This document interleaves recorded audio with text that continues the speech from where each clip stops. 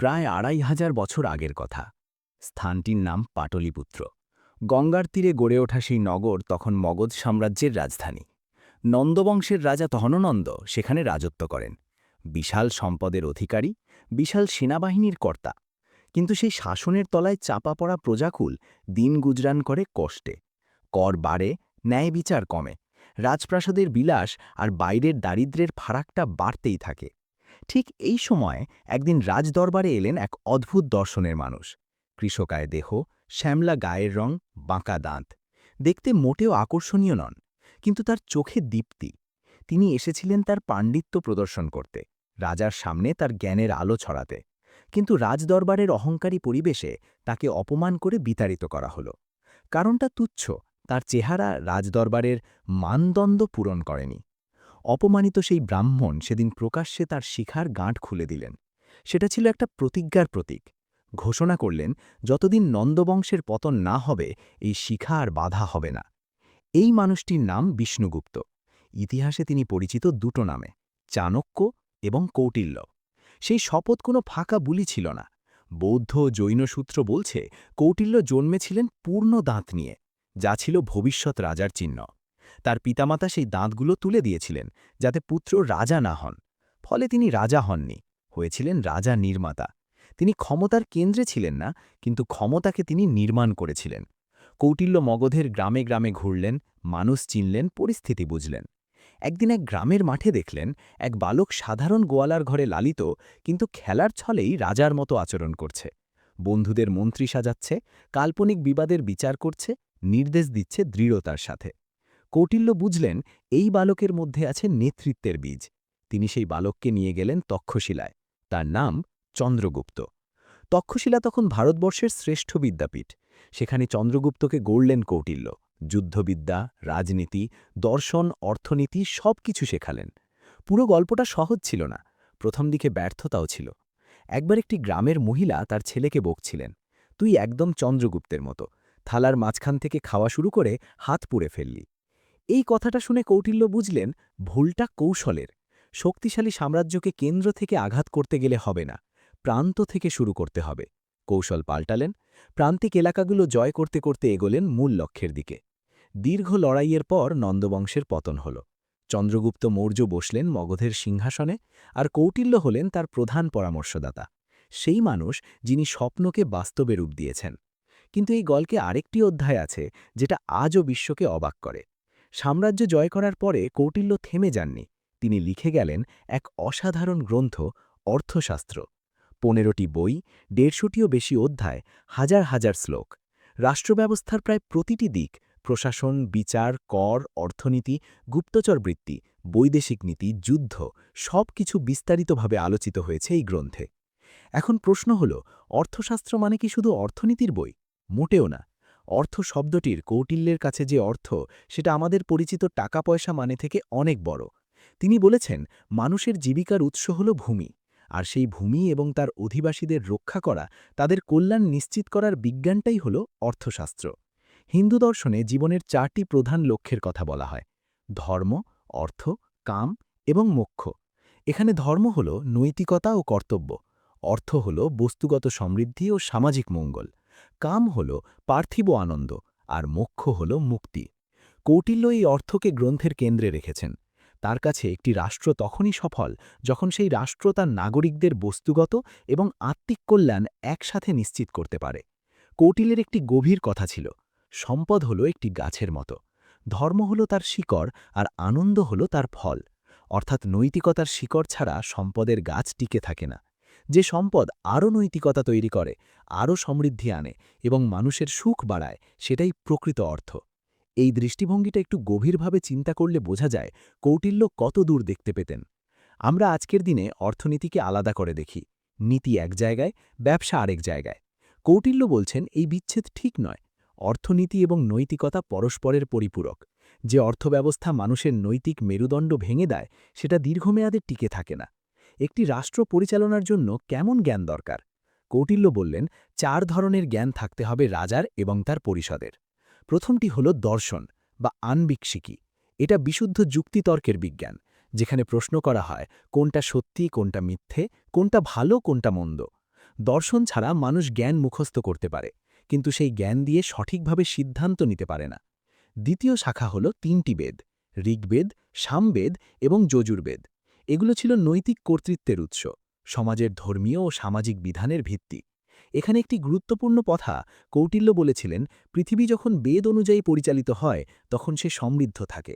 এই কথার মধ্যে কেবল ধর্মীয় বিশ্বাস নয়, একটা সামাজিক সংহতির ধারণাও আছে। তৃতীয় শাখা হল অর্থনীতি বা বার্তা: কৃষি, পশুপালন ও বাণিজ্য। এগুলো রাষ্ট্রের বস্তুগত ভিত্তি তৈরি করে। চতুর্থ শাখা হল দণ্ডনীতি, শাসন ও আইন প্রয়োগের বিজ্ঞান। কৌটিল্য বলেছেন, রাজার ন্যায্য শাস্তি দিলে মানুষ সম্মান পান, অতিরিক্ত কঠোর হলে মানুষ ঘৃণা করে, আবার অতিরিক্ত নরম হলে মানুষ তুচ্ছ ভাবে। তাই দণ্ডনীতি হতে হবে ন্যায্যসঙ্গত। এই 4টি শাখার মধ্যে দর্শনকে সবার উপরে রাখা কৌটিল্যের একটি অসাধারণ দৃষ্টিভঙ্গি। তিনি একজন বাস্তববাদী রাজনীতিবিদ, কিন্তু তিনি বিশ্বাস করতেন, যে শাসক অ্যানালিটিক্যাল চিন্তার ক্ষমতা রাখে না, সে শেষ পর্যন্ত ভুল পথে যাবেই। শুধু তথ্য থাকলেই হয় না, তথ্যকে বিচার করার ক্ষমতাটা থাকতে হয়। কৌটিল্যের সময়ের সমাজ 4টি বর্ণে বিভক্ত ছিল: ব্রাহ্মণ, ক্ষত্রিয়, বৈশ্য এবং শূদ্র। এটাকে তিনি ধর্মীয় চোখে না দেখেছেন একটি কার্যকরী সামাজিক বিভাজন হিসেবে। প্রতিটি বর্ণ সমাজের একটি নির্দিষ্ট প্রয়োজন মেটায়। ব্রাহ্মণের কাজ ছিল জ্ঞান উৎপাদন ও বিতরণ, অধ্যয়ন, অধ্যাপনা এবং যোগ্য পরিচালনা করা। আজকের ভাষায় বলতে গেলে এনারা ছিলেন গবেষক, শিক্ষক এবং ধর্মীয় নেতা। ক্ষত্রিয়রা ছিলেন সুরক্ষার দায়িত্বে, যুদ্ধ করা, রাষ্ট্র রক্ষা করা, আজকের সেনাবাহিনী ও পুলিশের মতো। বৈশ্যরা অর্থনীতির চালিকা শক্তি, কৃষি, পশুপালন, বাণিজ্য, আজকের ব্যবসায়ী ও উদ্যোক্তাদের মতো। শূদ্ররা তাদের শ্রম ও দক্ষতা দিয়ে পুরো সমাজকে সচল রাখতেন। কৌটিল্যের বক্তব্য ছিল, যতক্ষণ এই ভারসাম্য বজায় থাকে সমাজে শৃঙ্খলা থাকে, কিন্তু যখনই এই ব্যবস্থা ভেঙে পড়ে তখনই সৃষ্টি হয় মাৎস্যন্যায়। এই কথাটা খুব গুরুত্বপূর্ণ, একটু ব্যাখ্যা দিয়ে বোঝানো দরকার। সংস্কৃতে মাৎস্য মানে মাছ, আর ন্যায় মানে নিয়ম। মাৎস্যন্যায় মানে মাছের জগতের নিয়ম। বড় মাছ ছোট মাছকে গিলে খায়। যেখানে কোনো রাষ্ট্রীয় কাঠামো নেই, কোনো আইন নেই, সেখানে শক্তিশালীরা দুর্বলকে শোষণ করে। এই কৌটিল্যের এই ধারণাটা আসলে মানব স্বভাব সম্পর্কে একটি কঠোর বাস্তববাদী মতামত। তিনি বিশ্বাস করতেন, মানুষ স্বভাবতই নিজের স্বার্থে কাজ করে। কোনো নিয়ন্ত্রণ না থাকলে মানুষ অন্যের ক্ষতি করতে দ্বিধা করে না। তাই রাষ্ট্রের প্রয়োজন, আইনের প্রয়োজন, আর সেই আইন প্রয়োগ করার শক্তির প্রয়োজন। এই মাৎস্যন্যায় রোধ করতে প্রয়োজন একজন আদর্শ রাজার। আর এখান থেকেই অর্থশাস্ত্রের সবচেয়ে গুরুত্বপূর্ণ আলোচনা শুরু হয়। একজন রাজা কেমন হওয়া উচিত, কিভাবে তৈরি হবেন তিনি। কৌটিল্য একটি অত্যন্ত পরিষ্কার কথা বলেছেন, শাসন করার যোগ্যতা জন্মগত নয়, এটা অর্জন করতে হয়, এবং সেই অর্জনের প্রক্রিয়া শুরু হওয়া উচিত শৈশব থেকেই। তিনি বললেন, শৃঙ্খলা 2 ধরনের: জন্মগত এবং অর্জিত। প্রতিভা থাকলেই চলে না, সেই প্রতিভাকে পরিশ্রম ও শিক্ষার মাধ্যমে ধারালো করতে হয়। তবে সাথে এটাও বললেন, শিক্ষা সবার উপর সমানভাবে কাজ করে না। যে মানুষের মধ্যে শেখার স্বাভাবিক ক্ষমতা নেই, যে শিক্ষককে মানে না, তথ্য ধরে রাখতে পারে না, যুক্তি করে ভাবতে পারে না, তার উপর যতই শিক্ষা ঢালুন লাভ হয় না। রাজপুত্রের শিক্ষাজীবন শিশুকাল থেকেই শুরু হবে। বর্ণমালার পাশাপাশি সংখ্যার বোধ শেখানো হবে। কারণ রাজকোষ বুঝতে হলে, রাজস্বের হিসেব করতে হলে গণিত জানা আবশ্যিক। উপনয়ন বা পৈতের পর বেদ, দর্শন এবং ইতিহাসের পাঠ শুরু হবে। নীতিকথা আর পুরাণের মাধ্যমে শেখানো হবে মানবিক মূল্যবোধ, কিভাবে মানুষ ভুলের মধ্যে পড়ে, কিভাবে উঠে দাঁড়ায়, ক্ষমতা কাউকে কিভাবে ধ্বংস করে। কিন্তু শুধু পুঁথিগত বিদ্যায় হবে না, দিনের প্রথম ভাগে শিখতে হবে যুদ্ধবিদ্যা: এলিফেন্ট চালানো, ঘোড়ায় চড়া, তলোয়ার চালানো, ধনুর্বিদ্যা। কৌটিল্য মনে করতেন, রাজা যদি নিজে যুদ্ধে দক্ষ না হন, তাহলে সৈনিকরা তাকে প্রকৃত নেতা হিসেবে শ্রদ্ধা করবে না। সৈন্যেরা এমন একজন নেতার জন্য প্রাণ দিতে রাজি থাকেন, যাকে তারা যোদ্ধা মনে করেন। দিনের দ্বিতীয় ভাগে আসবে দণ্ডনীতি, তর্কশাস্ত্র ও রাজনৈতিক বিষয়াবলী। রাতের বেলা গুরুর কাছ থেকে গোপনীয় রাষ্ট্রনীতির পাঠ। 16 বছর বয়সে বিবাহের আগে পর্যন্ত ব্রহ্মচর্যের নিয়ম মেনে চলতে হবে। এখানে ব্রহ্মচর্য মানে শুধু যৌন সংযম নয়, এর মানে সমস্ত ইন্দ্রিয়ের নিয়ন্ত্রণ। কোনো বিষয়ে অতিরিক্ত আসক্ত হওয়া যাবে না, কোনো বিষয়ে নিজেকে হারিয়ে ফেলা যাবে না। এই পুরো শিক্ষা প্রক্রিয়ার একটাই লক্ষ্য, একজন জিতেন্দ্রীয় রাজা তৈরি করা, অর্থাৎ এমন একজন মানুষ যিনি নিজের ইন্দ্রিয়কে জয় করেছেন। কৌটিল্য বিশ্বাস করতেন, যে মানুষ নিজেকে জয় করতে পারে সে পৃথিবীকে জয় করতে পারে, আর যে নিজেকে জয় করতে পারে না, পৃথিবীর বিশাল ক্ষমতা তার হাতে এলেও সেটা দিয়ে সে শুধু নিজেকেই ধ্বংস করবে। কৌটিল্যের একটা কেন্দ্রীয় বিশ্বাস ছিল, একজন রাজার সবচেয়ে বড় শত্রু বাইরে নয়, ভেতরে। এই অভ্যন্তরীণ শত্রু 6টি: কাম, অনিয়ন্ত্রিত আসক্তি, ক্রোধ, লোভ, অহংকার, উন্মাদ উৎসাহ এবং অবিবেচিত আনন্দ। তিনি বিস্তারিত আলোচনা করেছেন এই প্রতিটি দুর্বলতা কিভাবে একজন রাজাকে ধ্বংস করতে পারে। ক্রোধ সম্পর্কে তিনি বলেছেন, ক্রোধী রাজা প্রজাদের ঘৃণার পাত্র হন। ইতিহাসে দেখা গেছে যে রাগী রাজারা প্রায়ই জনগণের ক্রোধেই মারা পড়েছেন। অন্যদিকে লোভী রাজা সঠিক সময়ে সঠিক সিদ্ধান্ত নিতে পারেন না, কারণ তার মাথায় সবসময় থাকে কিভাবে আরও বেশি পাওয়া যায়। কৌটিল্য বললেন, ক্রোধের চেয়েও বেশি বিপজ্জনক ক্রোধ, কারণ ক্রোধের কোনো সীমা নেই।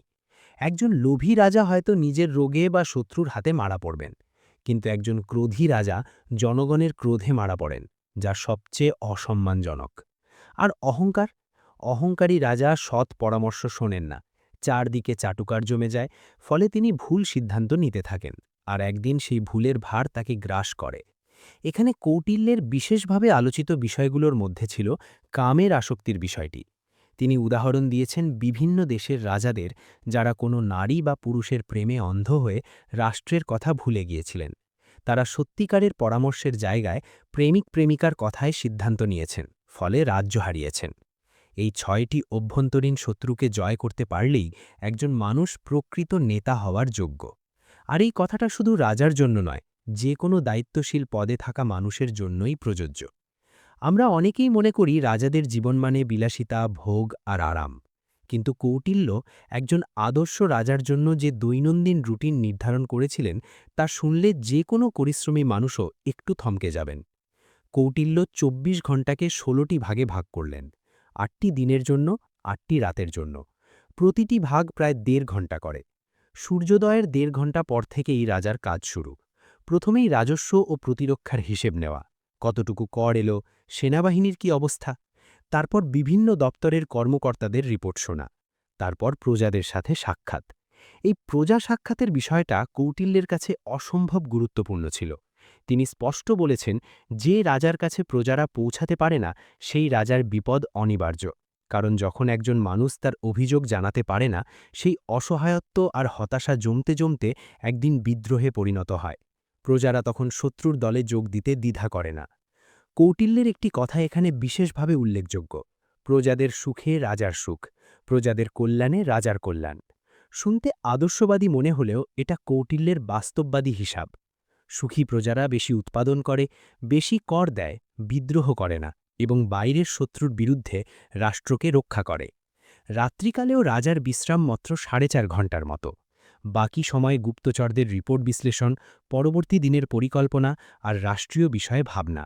এই রুটিন দেখে মনে হয় কৌটিল্য রাজপদকে সুবিধার জায়গা মনে করেননি, মনে করেছেন একটা কঠিন দায়িত্বের বোঝা।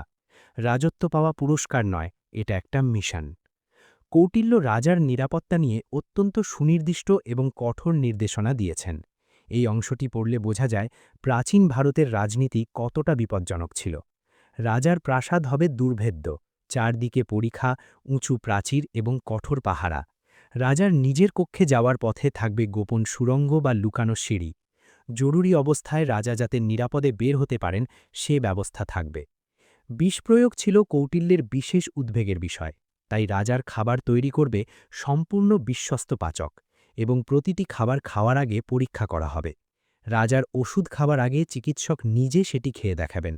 রাজার গায়ে সুগন্ধি মাখানোর জন্য কেবল বিশ্বস্ত পরিচারিকারাই থাকবেন, এবং তাদের কাজ আসবে নজরদারির আওতায়। কিন্তু সবচেয়ে চমকপ্রদ এবং একটু কঠোর পরামর্শটি হল, রাজা এমনকি নিজের স্ত্রী বা পুত্রকেও অন্ধভাবে বিশ্বাস করবেন না। কারণ ইতিহাসে এমন অনেক উদাহরণ আছে যেখানে রাজারা তাদের নিজেদের অন্তঃপুরেই প্রাণ হারিয়েছেন। এটা পড়লে কৌটিল্যকে অতিরিক্ত সন্দেহপ্রবণ মনে হতে পারে, কিন্তু তার সময়ের রাজনৈতিক বাস্তবতা মাথায় রাখলে এই সতর্কতাকে অস্বাভাবিক বলা যায় না। একটা রাষ্ট্র কেবল রাজার ওপর নির্ভর করে চলে না, প্রয়োজন দক্ষ মন্ত্রী ও উপদেষ্টাদের। এই বিষয়ে কৌটিল্যের পরামর্শ অত্যন্ত বাস্তববাদী এবং আজকের যুগেও সমান প্রাসঙ্গিক।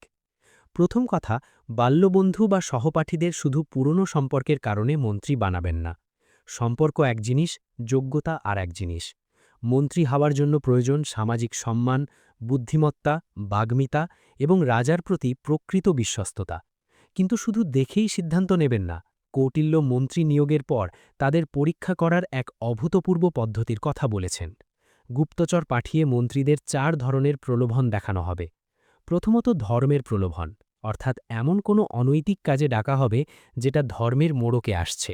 দেখা যাবে মন্ত্রী সেই প্রলোভনে পা দেন কিনা। দ্বিতীয়ত অর্থের প্রলোভন, ঘুষ বা অবৈধ সুবিধার প্রস্তাব।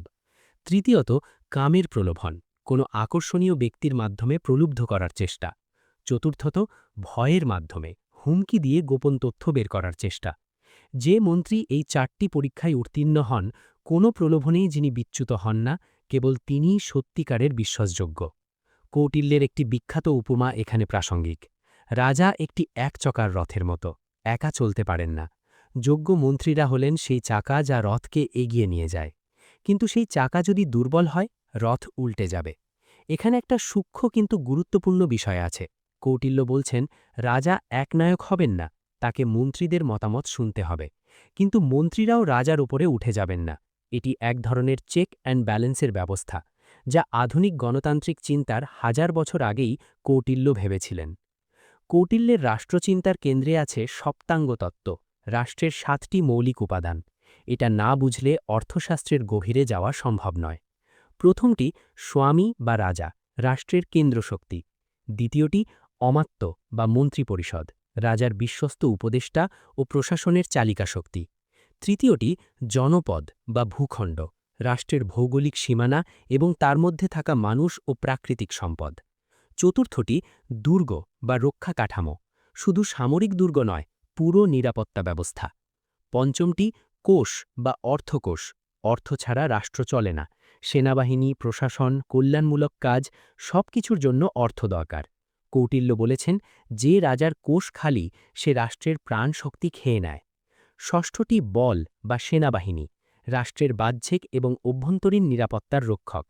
সপ্তমটি মিত্র, কোনো রাষ্ট্রই সম্পূর্ণ একা থাকতে পারে না, বাইরের মিত্রশক্তি দরকার। কৌটিল্যের মতে এই 7টি উপাদান একে অপরের সাথে অবিচ্ছেদ্যভাবে যুক্ত। একটি দুর্বল হলে পুরো রাষ্ট্র দুর্বল হয়ে পড়ে। উদাহরণস্বরূপ, যদি রাজস্কোষ খালি হয় তাহলে সেনাবাহিনী বেতন পায় না। সেনাবাহিনী দুর্বল হলে রাজ্য সুরক্ষিত থাকে না। রাজ্য সুরক্ষিত না থাকলে কর সংগ্রহ ব্যাহত হয়। ফলে রাজস্কোষ আরও খালি হয়। এটা একটা দুষ্ট চক্র। কৌটিল্য তার গ্রন্থে দেখাচ্ছেন কিভাবে এই চক্র থেকে বের হতে হয়। এই সপ্তাঙ্গ তত্ত্ব বিশ্বের রাষ্ট্রবিজ্ঞানের ইতিহাসে একটা অসাধারণ অবদান। মৌলিকভাবে এটা বলছে, রাষ্ট্র একটি সংযুক্ত ব্যবস্থা। কৌটিল্যের বর্ণনায় তার সময়কার সমাজের অর্থনৈতিক বৈষম্য স্পষ্টভাবে ধরা পড়ছে। রাজার কর্মচারীদের বেতনের কথাই ধরুন। সর্বোচ্চ পদের কর্মচারীরা বছরে 48,000 পণ বেতন পেতেন।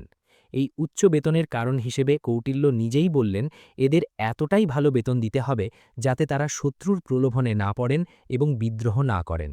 অন্যদিকে সবচেয়ে নিচু গভর্নমেন্ট কর্মচারী পেতেন মাত্র 60 পণ। অনুপাত হল 800 থেকে 1।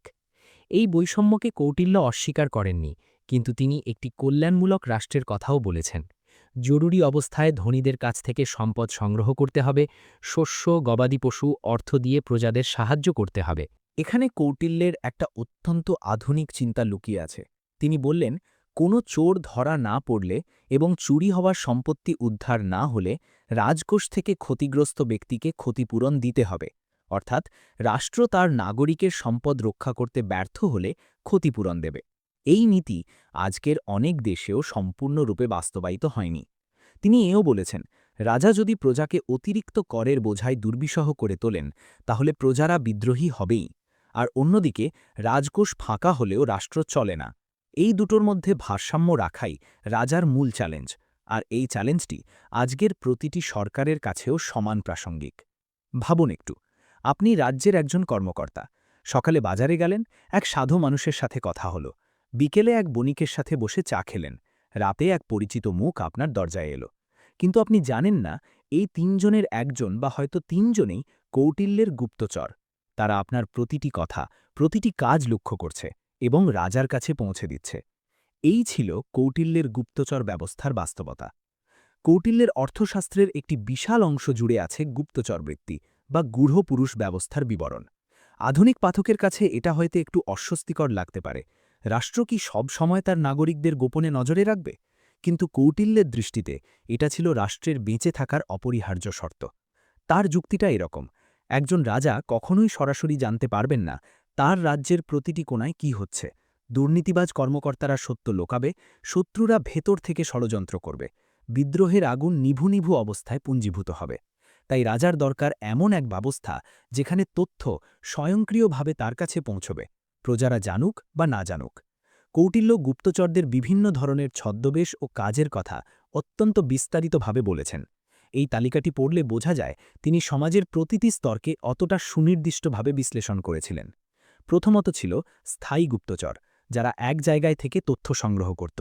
এরা ছদ্মবেশে থাকত সাধু, ব্যবসায়ী, শিল্পী, ভাগ্যগণক, জ্যোতিষী, চিকিৎসক, উন্মাদ, অন্ধ, বধির, বোবা ব্যক্তি, এমনকি মদের দোকানের মালিক হিসেবেও। প্রতিটি ছদ্মবেশের একটা নির্দিষ্ট উদ্দেশ্য ছিল। যেমন সাধুর ছদ্মবেশে থাকা গুপ্তচর সমাজের ধর্মপ্রাণ মানুষদের বিশ্বাস অর্জন করত এবং তাদের অসন্তোষ বা ষড়যন্ত্রের খবর পেত। দ্বিতীয়ত ছিল ভ্রাম্যমাণ গুপ্তচর, যারা এক স্থান থেকে আরেক স্থানে ঘুরে তথ্য সংগ্রহ করত। এদের মধ্যে ছিল ভিক্ষু, সন্ন্যাসী, যাত্রীদল, গায়ক, নাট্যকর্মী। এই ভ্রাম্যমাণ গুপ্তচররা সীমান্তের কাছাকাছি এলাকায় বিশেষভাবে কার্যকর ছিল, কারণ সেখানে অজানা মানুষের আনাগোনা স্বাভাবিক ছিল এবং তারা সন্দেহজনক মনে হতো না। তৃতীয়ত ছিল বিশেষ ধরনের এজেন্ট, যারা রাজার অন্দরবহলেও পৌঁছে যেত। এদের মধ্যে ছিল কুজো বা কুজো মানুষ, বামন, নপুংসক এবং বিভিন্ন কলায় পারদর্শী মহিলা। এরা সরাসরি শত্রুর প্রাসাদে প্রবেশ করে সেখানকার তথ্য সংগ্রহ করত। কিন্তু তথ্য সংগ্রহই যথেষ্ট নয়, সেই তথ্য যোগাযোগ করার পদ্ধতিটাও ছিল অত্যন্ত চতুর। কৌটিল্য বলেছেন, একজন গুপ্তচর যে তথ্য সংগ্রহ করেছে তা সরাসরি রাজার কাছে পাঠাবেন না। মাঝে থাকবে একটা মধ্যবর্তী স্তর, যাকে বলা হতো সংকলক। এই সংকলক বিভিন্ন গুপ্তচরের তথ্য একত্র করে সাংকেতিক ভাষায় রাজার কাছে পাঠাত। তথ্য পাঠানো হতো গানের কথার মধ্যে লুকিয়ে, বাদ্যযন্ত্রের মধ্যে লুকানো বার্তায়, কখনো বা সাধারণ কথোপকথনের ভেতরে সাংকেতিক শব্দ ব্যবহার করে। এই ব্যবস্থার একটা গুরুত্বপূর্ণ দিক হল তথ্য সংগ্রাহকারী জানত না কে সেই তথ্য পাঠাচ্ছে, অর্থাৎ গুপ্তচরদের একে অপরের পরিচয় অজানা রাখা হতো। এই পদ্ধতিকে আধুনিক গোয়েন্দা ভাষায় বলা হয় কম্পার্টমেন্টালাইজেশন। একজন ধরা পড়লে পুরো নেটওয়ার্ক ভেঙে পড়বে না। কৌটিল্যের গুপ্তচর ব্যবস্থার সবচেয়ে জটিল দিকটি হল দ্বিগুচর বা ডাবল এজেন্টের ব্যাপারটি। রাজার নিজের গুপ্তচর যদি শত্রুর কাছে বিক্রি হয়ে যায়, তখন সেই গুপ্তচর হয়ে ওঠে বিপজ্জনক অস্ত্র। সে বাইরে থেকে রাজার বিশ্বস্ত, কিন্তু ভেতরে ভেতরে শত্রুর কাজ করছে। কৌটিল্য এই বিপদকে অত্যন্ত গুরুত্বের সাথে আলোচনা করেছেন। তিনি বললেন, কোনো গুপ্তচরকে অন্ধভাবে বিশ্বাস করবেন না। প্রতিটি গুপ্তচরের ওপর নজর রাখবে আরেকটি গুপ্তচর। এই পাল্টা গোয়েন্দা ব্যবস্থায় বিশ্বাসের কোনো প্রশ্নই নেই, আছে শুধু যাচাইয়ের প্রশ্ন। ডাবল এজেন্ট ধরার পদ্ধতিও কৌটিল্য বলেছেন। রাজার পক্ষ থেকে একই ধরনের ছদ্মবেশ ধারণ করে অন্য গুপ্তচরদের কাছে তথ্য দেওয়া হবে। যে তথ্য শুধু ডাবল এজেন্ট জানে বা জানতে পারে। যদি সেই তথ্য শত্রুর কাছে পৌঁছায়, তাহলে বোঝা যাবে কে বিশ্বাসঘাতক। এই পুরো গুপ্তচর ব্যবস্থার পেছনে কৌটিল্যের একটি মূল দর্শন ছিল। রাজা সবকিছু জানতে পারলে তিনি সবকিছু নিয়ন্ত্রণ করতে পারবেন, আর রাষ্ট্রের সুরক্ষার জন্য এই নিয়ন্ত্রণ অপরিহার্য। কৌটিল্যের অর্থশাস্ত্রের সবচেয়ে চমকপ্রদ এবং একই সাথে একটু শিহরণ জাগানো অংশ হল বিশ্বাসঘাতক উচ্চপদস্থ কর্মচারীদের মোকাবিলা করার পদ্ধতি। কৌটিল্য বললেন, এমন কিছু ক্ষমতাবালী বিশ্বাসঘাতক কর্মচারী থাকে যাদের প্রকাশ্যে শাস্তি দেওয়া সম্ভব নয়, কারণ তারা এতটাই শক্তিশালী বা এতটাই একতাবদ্ধ যে সরাসরি পদক্ষেপ নিলে উল্টো বিপদ হতে পারে। তখন ব্যবহার করতে হবে গোপন পদ্ধতি।